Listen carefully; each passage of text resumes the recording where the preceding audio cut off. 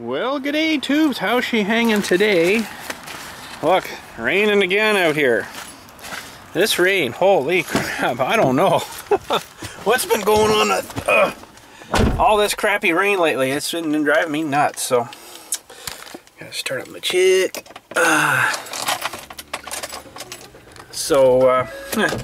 I'm just taking my truck down because, well, it's not raining right now, but it has been raining. And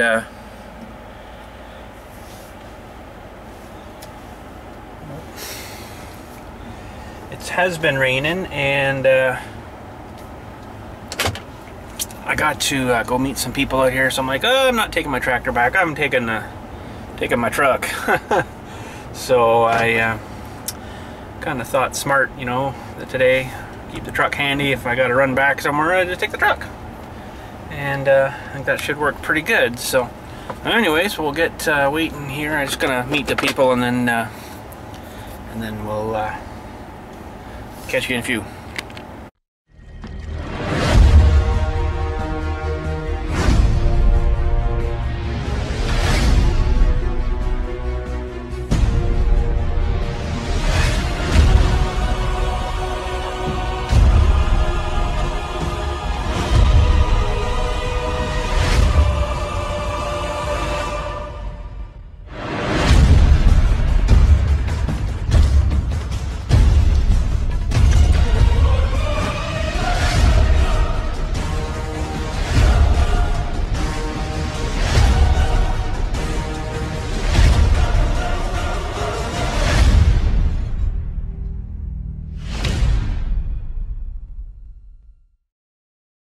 Okay, well, we don't have rain right now, but we've got the raining from off the trees, so that kind of sucks. But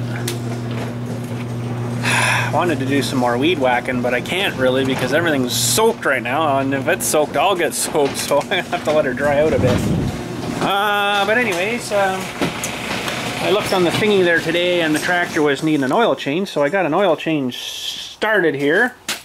And let her drip all after lunch, all over lunch there, not all over my lunch. While I was having lunch, I let it drip. Wait, that still doesn't sound right. I let it empty out into the bucket while I was eating my lunch. That sounded better, maybe.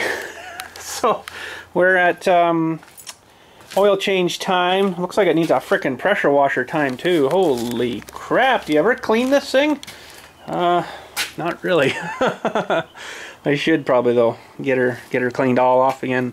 Give her a good blast of everything, you know, because it's getting kind of crumbly in there, right? But at least you know I'm using her well. So, but I guess I can put that drain plug back in.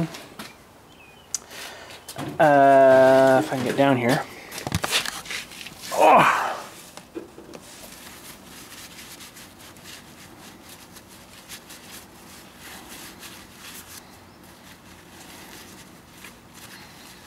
Okay, so now somewhere under here is the hole, and if I don't drop her back in, I'll be happy. Yeah, I didn't drop her back in. And crap, where did I do with my socket? Socket. So it's funny how the oil changes seem to you know, occur pretty close to each other. Now I'm probably doing 2 oil changes on the little tractor compared to 1 on this, but it's about every 100 hours I'm doing a new oil change, so this thing's not too bad. I don't like to generally pull this thing out too far because sometimes it's a nightmare to get back in. Good. So I should probably check filters too. I think it wasn't too long ago I replaced them, but actually it was the last oil change. I'm not even going to bother right now because I do remember having to take those stupid screws off and getting the thing out. It's a pain, and I hate doing that. It is a friggin' nightmare. So what I do want to check is make sure there's some juice in here. I can't really tell with the camera. Let's see if we get a bit of light in there. Oh yeah, there's some green juice. Okay, that's good. That's the overflow. There's no real like overflow level on this thing. It's just there's some in there. That's about good. Because as far as I know, if you had to flush your system out and stuff, which actually this probably should be done,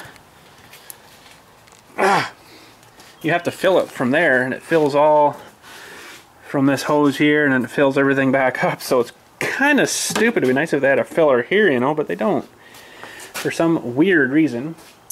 Okay, so in the garage here, I did get a filter. New filter. This is the same one as a little guy too, which is kind of nice. So I don't have to get different types of filters.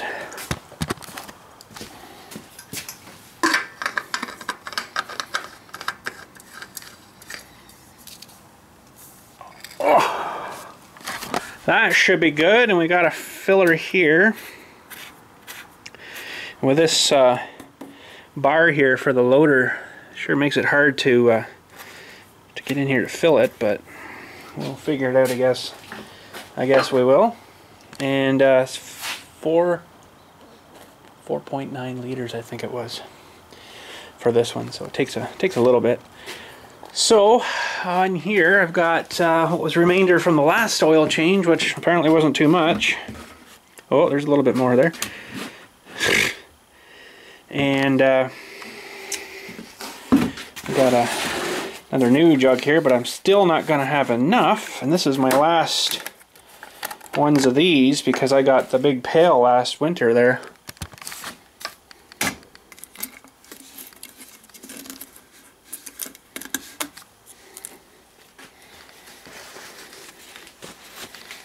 So I'm going to put in 3, and I don't have to tip this thing up so high.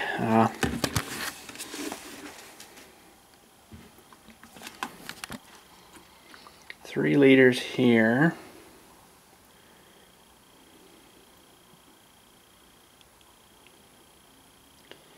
And that's about 3 there, and leave a little bit extra just for the stuff that gets stayed in there. Now, I think I'm going to need some kind of funnel. Okay, let's throw in this 3 liters here. Funnel, this makes it a little bit easier. Whereas I probably don't need this jug now, but the only thing with the jug is it measures it for you, which is kind of nice. I think I'm going to switch. I got this whole pail of this stuff now, but I think I'm going to maybe switch to the, what was it, 1030. I'm going to grab my book after. It gives you all the temperature ranges and stuff, right, for, you know, what viscosity to use. I think I'm going to maybe change after these oil changes. Unfortunately, I got that whole jug of 1540 there. That's all these machines I've ever seen is 1540, but for the winter time starting, I think that might be a little better to have a little bit thinner oil.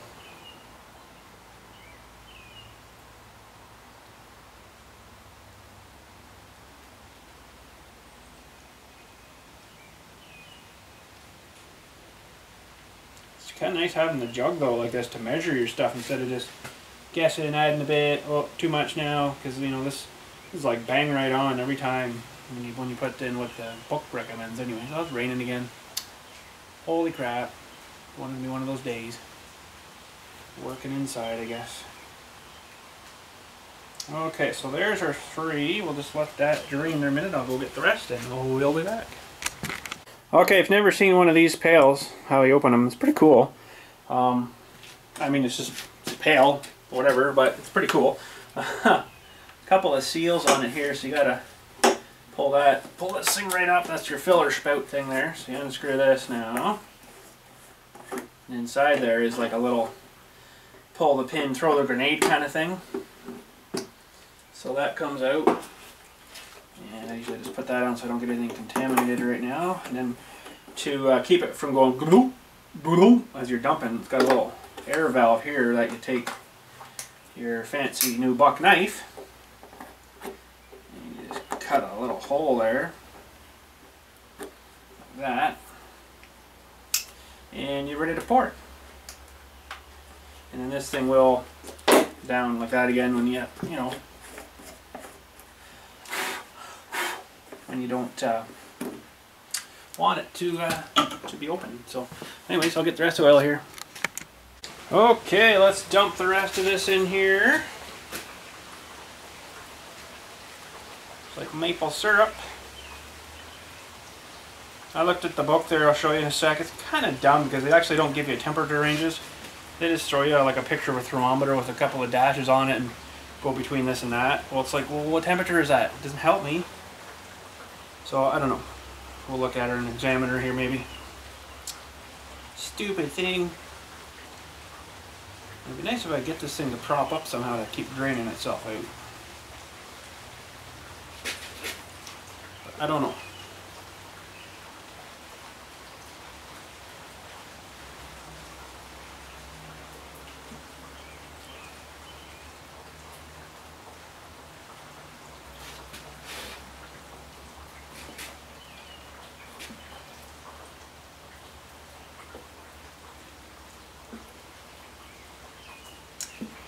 I don't think that's going to stay there on its own. Guaranteed I'm going to probably hear that fall in the next few minutes. Let's go look at this book though. So it'd be nice if they had some temperature things on it, but see, I'm using 1540. I guess if it gets colder you should go down to a 530 and or a 1030. See, this is, I'm presuming, like, you know, minus 50 or something. I don't know, it'd be nice if it told you. Or if it's really hot out, you could just use a straight 30. So that's probably what I'm going to get as a 530. I think that is. So that'll be a little lighter on the cold side. So, but yeah, there's the original book. Oops, sorry, the original book. So while we're waiting for that to drizzle itself in, I went and made a little bit of a purchase this morning myself. I know, but it's something I really need. Well, not really need, but eventually I'm going to really need it, if you know what I mean. Like, I got my two main weed whackers here now. We got the split shaft 130R and then the old FS90R, which actually is about 4 years old now. I think it took 2011. I think it was I got that. And doing some calculations the other day there, I thought, actually my buddy works at the steel dealership in town here. And he's like, yeah, these engines are only rated for 300 hours. I'm like, really? That's not very much. And he's like, well, 300 hours, that's a long time. I'm like, well, not when I'm doing what I'm doing out here with it. Starting up, running at half throttle, brrr, trimming for like an hour and a half. Some sections take like 3 hours, so, you know, she's had a heck of a lot of running. Now it's still running fine. The only thing I've noticed is if I trim for, you know, half an hour and I shut it off for 10 minutes, it will not restart. He's like, oh, it's probably getting time, you know. I mean, you could rebuild it, but then you still got an old machine, right? So I mean, it's still, like I say, it still runs fine. It'll probably fire up now. Let's see here.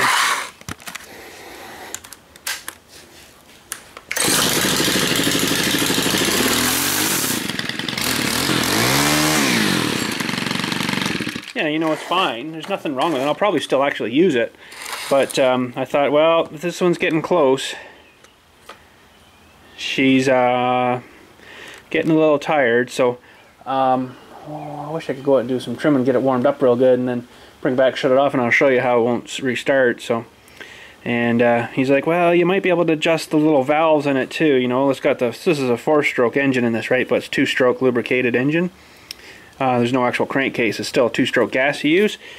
So it's got these little wee tiny valves in there like a 4-stroke engine, and you have to adjust them the odd time. And this one's, it's never been done. This one has been done, even though this one's got about 3 times the amount of hours as this one does.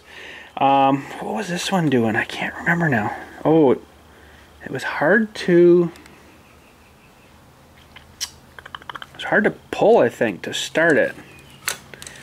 Or it was too hard or too easy. I can't remember now. It was one of the two, but see, this one still seems pretty good. I can't remember it was what, but anyway, I took it to him, he adjusted it and it's been fine. But this one, he's like, yeah, if it's getting really, you know, after it's been warm, it's probably getting tired, you know, so everything's expanded when it's warm in there, right? And it's just not got the good seal to fire up again. Like it will go if you pull it like 40 times.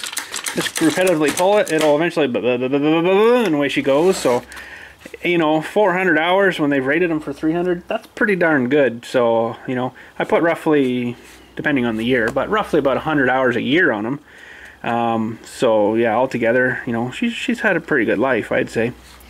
So, but you can tell how much more I've used it. Like this one has hardly been used, where it sucks the air in here, and this one's like, you know, it sucked all the dirt air and stuff, and it sucks it in here and then blows it over the cooling fins and out the back, right? So yeah, so she's had her good life, I guess. And you know, like I say, I'll probably still use it till it does cap. But anyways, I went and bought another one, not like that. They actually came out with a brand new, completely redesigned one here in, whoops, I locked my tailgate. It keeps the honest people out. Redesigned her, and it came out in February, I think it was, for the new year. So that is it. And now we are back to a normal 2-stroke engine, so no valves, and it's actually a lighter by a pound and a bit on that one, and a lot of different weird new features on it. It's got this weird throttle thing where you can actually lock, not lock, but what do you call it? So if I wanted more throttle, I just move it up and it gives you more. So if you go right up, it gives you full. So now if I go right back, it gives you hardly any. It's like a throttle lock, but it's not. Like a throttle limiter, I guess they call it. So I'm like, I don't know if I'll use that, but maybe if I get, you know, and then I could just burp. But then he says if you need a little more, you just push her and then boom, and then it resets itself again. So that's kind of cool. A little different. Yeah, 2-stroke engine though.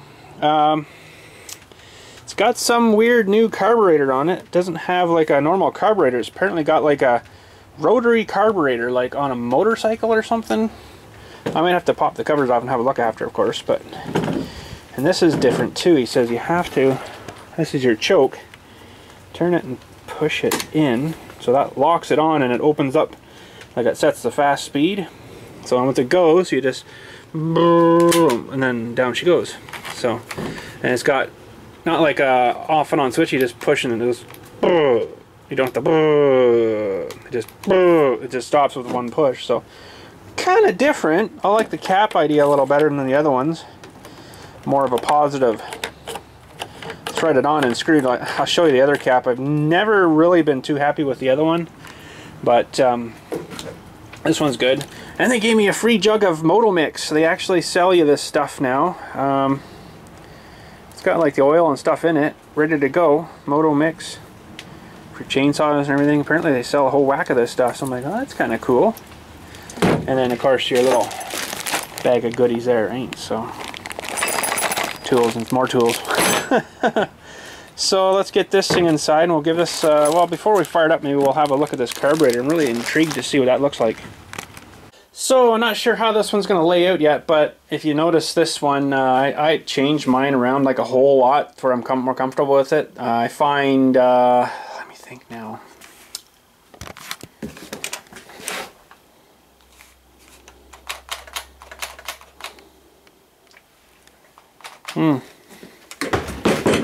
This one maybe is going to sit a little different. Normally I have to turn this like sideways, and well, let me think here now. I'm holding, I got them totally whacked. Like you can see the way the handle's facing. I found it was more comfortable.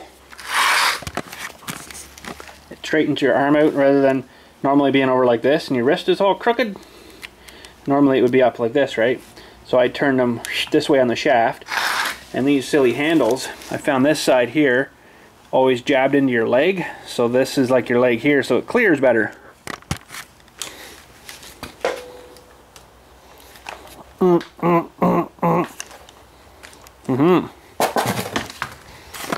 And I tilted the motor a little bit to bring everything back to level, I think. I can't really remember now.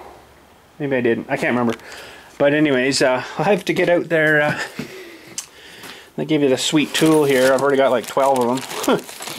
You know, for adjusting all the things here. And it's funny because my buddy there, he says they put these on for when you're using the big brush cutter blades. I do have some, I think, buried over here somewhere. These things here, when you put one of those blades on, he says sometimes it'll grab the wood and it'll kick out and it'll, like, you know, it's coming towards your leg, so they put this here. Oh, it's supposed to help prevent that from coming back and killing you, but I don't do very much of that, so I usually take that piece off too. And turn this handle up. A little bit different handle. These things I never use because I find them too restrictive around your shoulder, so they go off. And yeah, I always found it like I'm trying to, you know, trim, and then you end up, instead of just moving your arms in, you have to move your whole body in. It's like, oh, that's just even more hard on you, you know. So yeah, so I kind of want to pull this cover off here and just have a look at this carburetor. So let's get you guys up here, and we might as well use our nice new fancy wrench. Oh, I didn't show you the other. Oh, I didn't show you the other cap. Let me grab that after I get this off of here. Oh.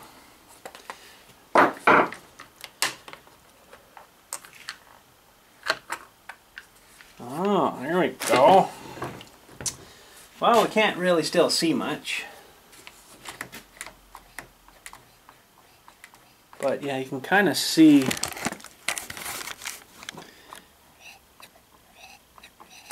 the thing as it rotates, it's coming up.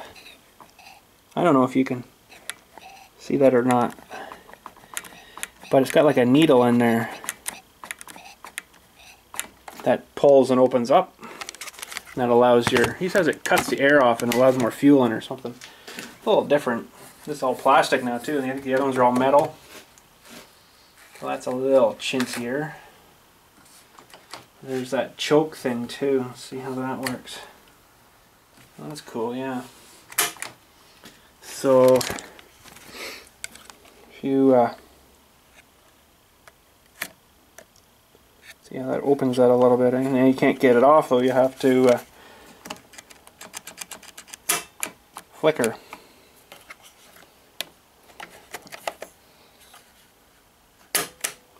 That's pretty cool. I like that.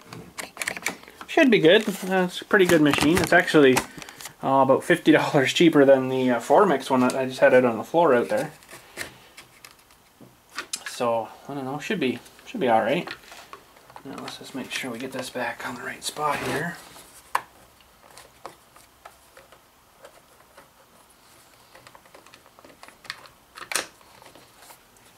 It's kind of a weird fitting cover. I don't know if I like that too much.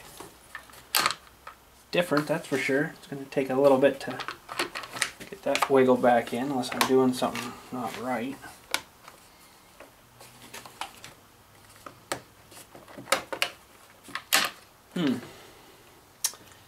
Was it? Pardon my head. Must be not lined up right or something. I'm not doing something right.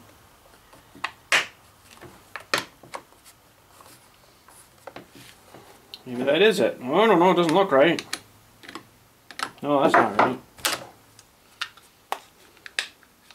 Screws being weird, that's what it was doing.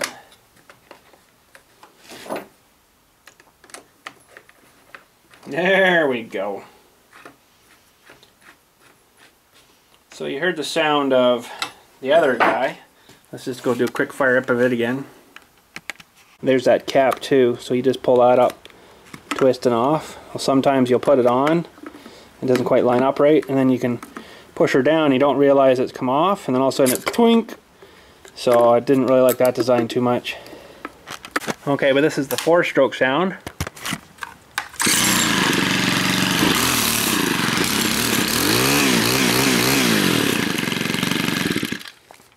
This is the 2-stroke sound. Now I gotta figure this out again here. So that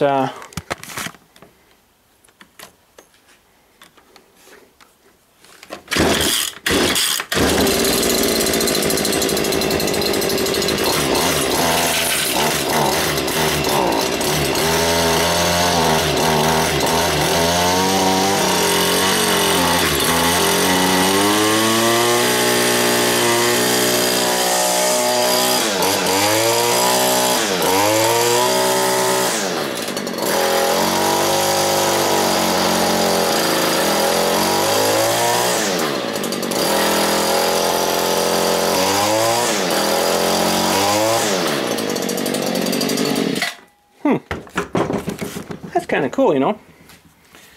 It's 0.5 cc smaller, like not 1 cc. So it's like 31 cc, and the other one, my other one out there is 31.5 cc or something silly. So yeah, that's kind of cool. That's a neat little machine, I think. And yeah, different. We'll see how she goes though. I don't know, these straight two-stroke ones, I don't know, I seem to burn them out real fast. They get real tired real fast, so we'll see what happens. I get about 2 years maybe out of like a two-strokey one. You know, they still run, but they don't run up to my performance that I want. Like one of these guys. That one's probably still run fine, but it's just not got it as a newer-ish one. And I think I got another one here under all this crap. Another one there too that's done. So then these 4MIX ones, I got into them because they were better. And they actually have lasted a lot longer, but now this one's getting tired. So, oh well, lots of fun. So, how's our thing draining here? It's probably getting pretty good. It's a little bit thicker oil too. It takes a little more to get her to drain. Yeah, it's probably pretty good. Okay, I guess we're gonna put this back on.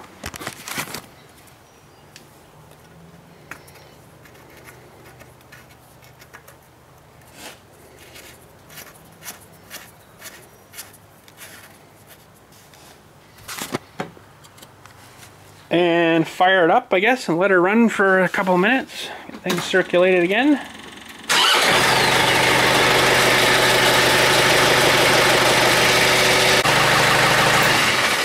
Alright, that's good. I'll let her sit a few minutes, let everything kind of drain to where she should be, and we'll give her checker a check.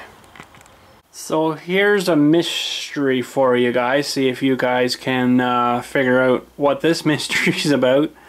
Okay, that thing takes 4.9. Hang on a sec here. Fluid capacity is 4.9 liters.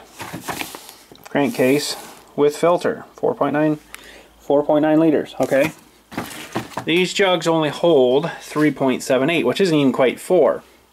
So you need a jug and, like, you know, this much. Okay.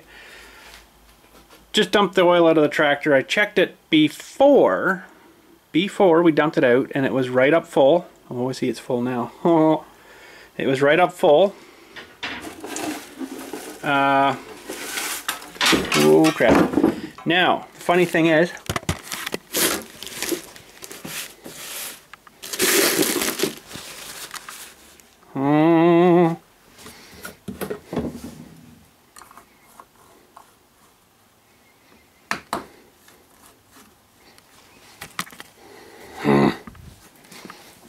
okay. So the weird thing is, maybe that jug is enough to hold all that, which I guess it was. But basically it's a jug like that plus, you know, another like this much, right?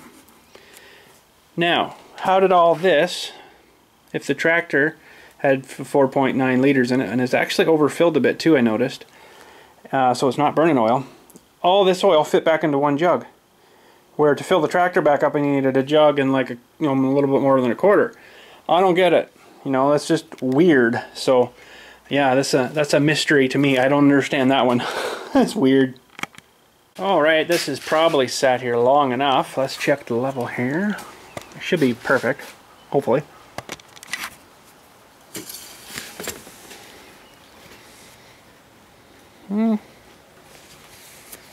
Whoa.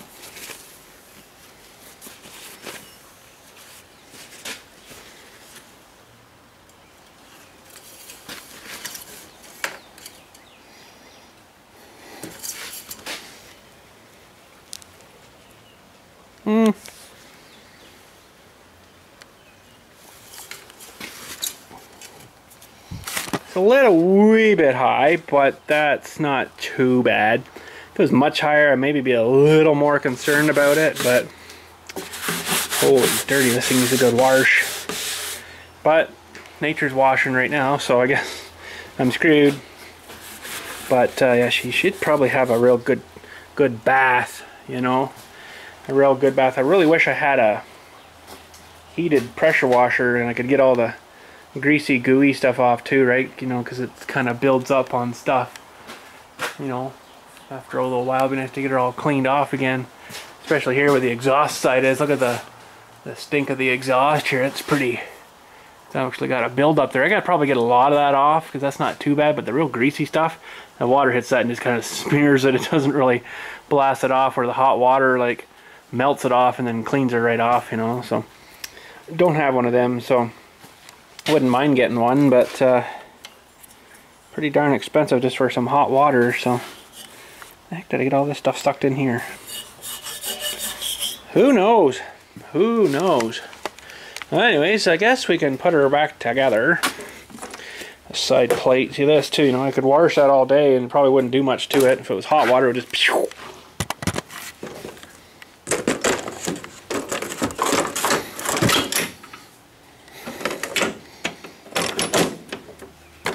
Okay.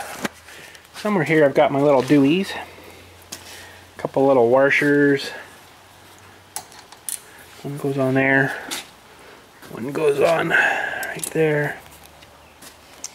And a couple of these little clip dewies. One goes on there. And the other one goes on there. And I probably should check those filters, but I think for now I'm going to drive on with them. Because I know I replaced them. Last oil change there, so there we are. Good to go. Boy, it needs a wash. Holy crap. Well, I was going to do a bit of work on this today, but I think actually I might run down to the old Home Depot there and see what I can find, maybe for some kind of wheel or something, or an old caster or something, you know. Take it apart, make a set of wheels for an axle. I'm kind of thinking maybe the size of my tape measure here, or maybe a little bigger, I don't know. I'll have to try to measure this. How the heck do you measure that?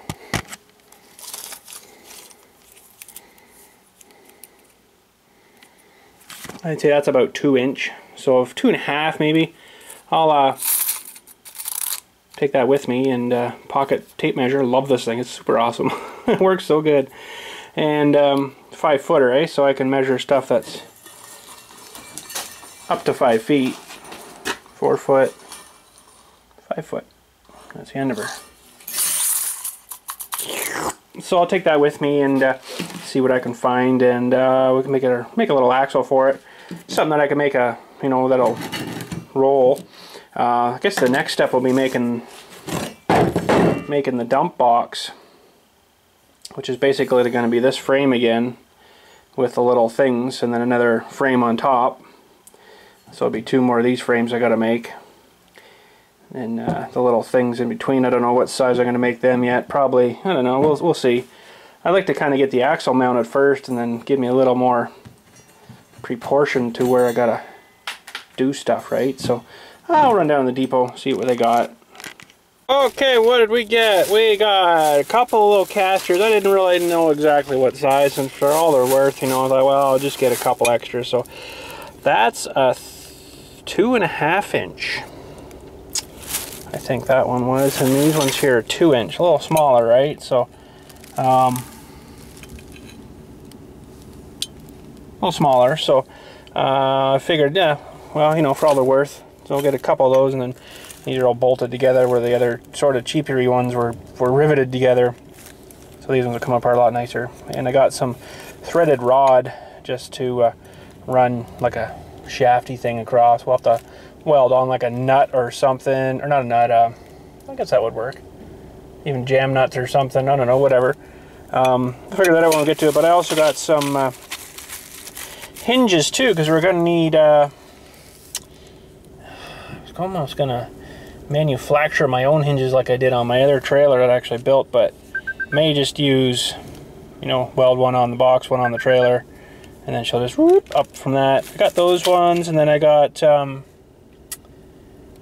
else are we going to need hinges for?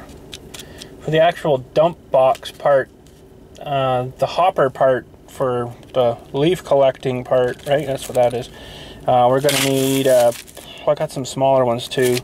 We're going to probably need maybe these ones And I'll show you, it'll all make more sense whenever we get to building there, but there we go, and we got that into some threaded rod.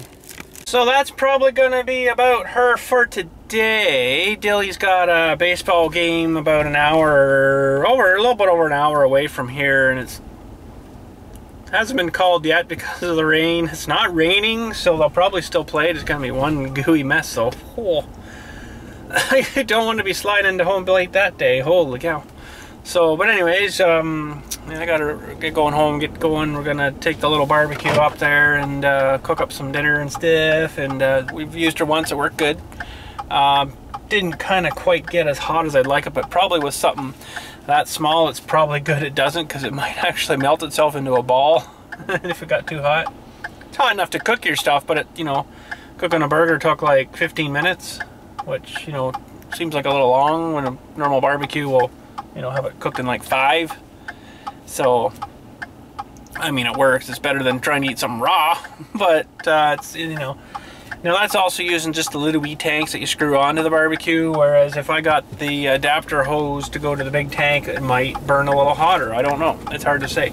I mean, those little guys, they're only going to put out so much compared to like a bigger, more volume tank, right? Well, should be regulated the same, but I'm willing to bet that there's probably a little something that might be a little bit better with a bigger tank. I don't know. Like if you screwed on, say, well, like that's not even a comparison, I guess. I was gonna say if I screwed on like a little tank onto my great big barbecue, it'd probably really suck. But that's probably not even a really good comparison. So, but I didn't get that adapter hose yet. I figured I'd burn up these 3 and see how long they go. So far we cooked. Well, we did our little testing on it, on that one tank, and then we cooked the burgers that one night we were at a game. Worked really good. The super redneck looking, but it worked. You know, I had dinner ready, away we go. But, I mean, nothing like a couple of redneck looking people's barbecue and stuff in the back of their tailgate. Oh well, that's the way she is, so. Yeah, so I guess we'll hit her home and then have to grab all our supplies and stuff. We'll hit her up to the game. Hopefully they actually play tonight, because, you know, driving an hour and, oh, we're not playing now is really kind of dumb, so we'll see what happens. But anyways, I won't film any of that because, you know, the potential rain and crappy, so I won't probably film any of that, so. But anyways, we're heading her home, I guess. That's going to be it for today, so. We'll hopefully get working a little more on the little trailer guy here tomorrow or Wednesday. I'm not exactly sure when this will get posted, but Wednesday this week is Canada Day here, eh? So we'll be taking a day off there, eh? So definitely got to turn Canadian when you're on Canada Day, eh? So, oh boy. But anyways, yeah, I guess that's probably it for today. I don't even know if we're going to be around Canada Day. We might even take off somewhere for the day if it's a nicer day. Today's, of course, a crap day. This would have really sucked for Canada Day, but I think we're going to be okay for Canada Day. So, but anyways, I'm going to head her out. You guys have a good night. Thanks for watching, and help me change oil and looking at a new weed whacker and stuff, and getting a little bit of trailer parts and stuff. So have a good night. Thanks again for watching, and we'll catch you whenever we dry out here. Holy cow. We'll catch you as soon as we can.